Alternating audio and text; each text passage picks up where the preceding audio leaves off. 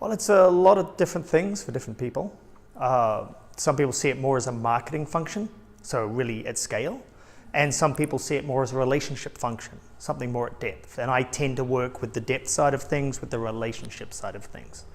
And so social media selling is essentially having the right credibility, the right dialogue, and the right presence to earn the right to have the right meetings so that you can start to sell.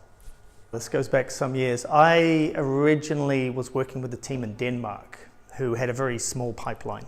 They needed a lot of pipeline, they didn't have very much. And so as part of that, I started working on LinkedIn with them and with others to really do research. We just treat it as a research tool. And as we started to research, we found there was more power there. And then when I left that company, I started doing this more and discovered this thing called social selling and got involved with it that way. In the industry around sales in general, we have certain problems. Buyers tend to self-educate, but not educate completely. And so we need to be able to get our message out before they come to us. They come to us later, so again, we need to get our message out earlier. They have real problems with trust because the marketing has got so good that they feel they're lied to all the time. So again, we have to get our message out in a credible way. And across all of these things, we need recommendations. We need people to recommend us, to give us that trusted base. And that's really what social's about. Whether it's online or offline, it's all about trust. Really around this idea of building out communications earlier. This challenge around how do we get to our customers earlier, but also here in Europe very much with new privacy laws and other things.